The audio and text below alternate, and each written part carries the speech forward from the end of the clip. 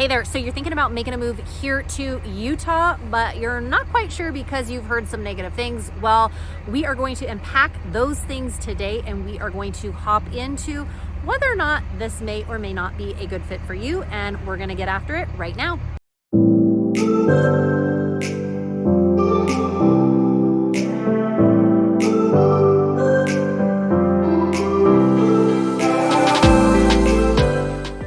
Mariah Koehle here. Welcome back to the channel, or welcome to the channel if this is your very first time here. I'm a licensed and active real estate agent here in Utah, and this channel is literally everything you need to know about eating, working, playing, sleeping, and living in Utah. And if that is of interest to you, consider subscribing down below. Make sure you tap that bell for notifications so you are notified. Subscribe. Every week we drop a new video. We hear from people like you all the time who are looking to move, who are looking to relocate, buy or sell a property here in Utah, and we absolutely love it. So if you're thinking about making a move in a week, in a month, or even a year from now, feel free to give us a call, shoot us a text, send us an email, and my team and I would love to help you out. So making a move here to Utah can be an extremely exciting adventure, but it also can have some reservations, and there also can be some nerves involved in that whole process. So today we are going to run through some different things that you should know and you should be aware of if you are thinking about making a move here to Utah. So you don't move here and you're like, oh no, I had no idea, I didn't realize these things. So number one, let's talk about the weather. Yes, the weather can vary here in Utah drastically. So you can have a beautiful 70 degree and sunny sort of day, and then literally the next day it can be 50 degrees and raining.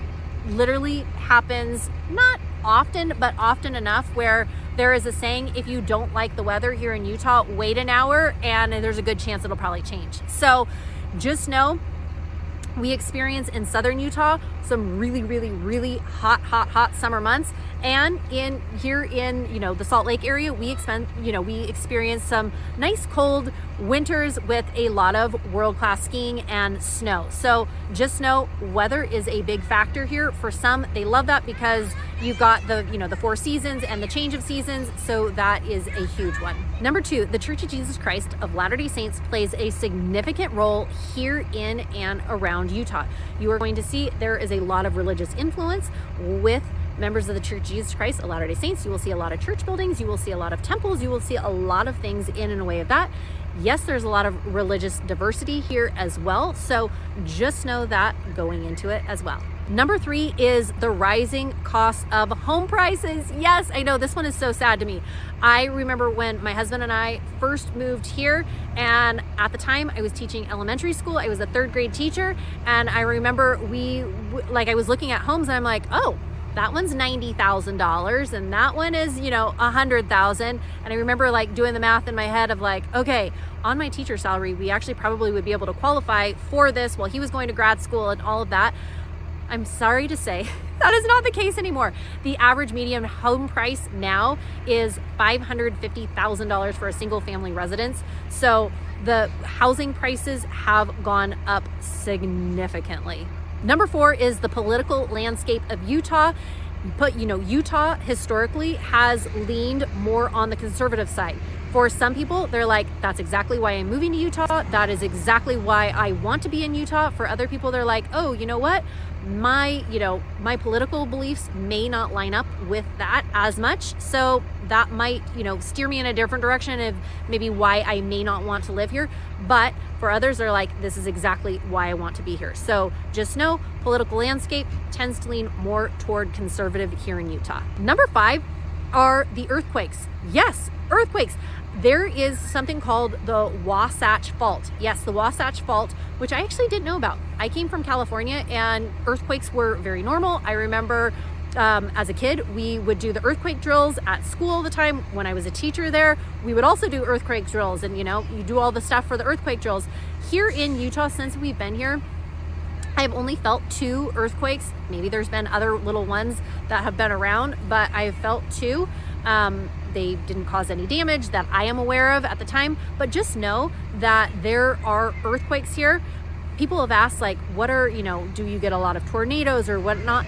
note the natural disasters that we usually experience here are mostly wildfires. Yes, wildfires are what we've experienced here, and then also just a drought, and similar to many of the other places around the areas, Utah has been in a drought for a few years. This last winter was phenomenal for us, and it really pushed us out of the drought in an extreme drought for many of the places, so that's a good one. So natural disasters, we're usually looking more at wildfires here and an occasional earthquake or two, but that's usually what we see in the way of natural disasters here in Utah. Moving right along to the next one, altitude considerations. Yes, moving right, altitude considerations.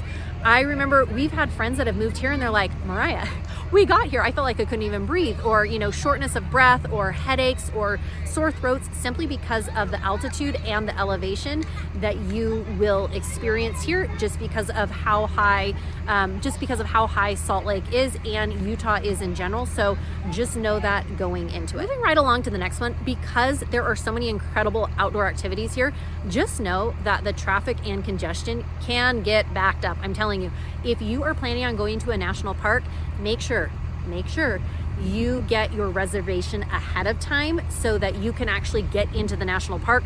I've talked to so many people that are like, oh, I didn't realize I needed to get basically reserve your spot into the park at a certain time, and they show up to the park and they're like, wait a minute, I can't get in here. Just know too, also the lines getting in and out, depending on the time of year. A lot of these outdoor activities can be fairly crowded.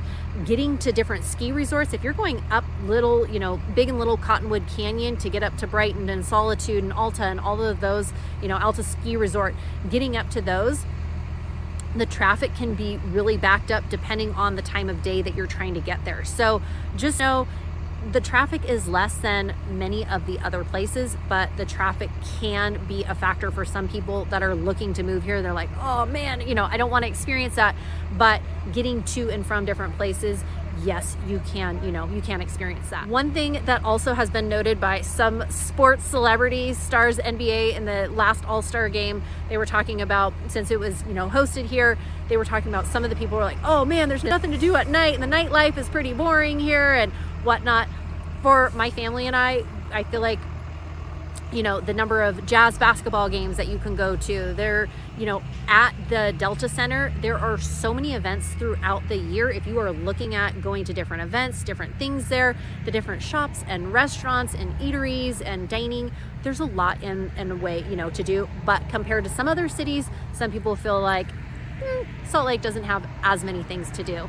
And then moving right along to the last one is simply the dry climate. Yes, the dry climate, which keeps it so it's not so hot or so cold because of the dryness. You're not going to have a lot of humidity, which for some people, they're like, I actually like having the humidity. I like that. But for others, they're like, gosh, I don't like how dry it always is. Constantly putting on chapstick and lotion and all of that, just because the lack of humidity. But because of the lack of humidity, the hot summer months, yes, they get hot, but they may not feel as hot, and the winter may not feel as cold just because of the lack of humidity. So hopefully these things, again, some of these negatives, and I put that in quotation marks, negatives, some people feel like, hey, you know what? The dryness, the traffic, the housing market, some of these different things are really not a major factor from where they're coming from, because they're like, oh, the traffic's 10 times worse, or the housing market from where I'm coming from, this feels like I'm getting a deal here. But for other people, knowing that coming in, they're like, oh, you know what, that really is something that I should know and something that I should consider, if I am thinking about making a move. And if you are thinking about making a move, relocating, buying or selling a property here in Utah, my team and I help people like you all the time, and we absolutely love it. So feel free to give us a call, shoot us a text, send us an email, and it would be our pleasure to chat with you and see how we can help. Take care, and wishing you a wonderful day. Bye.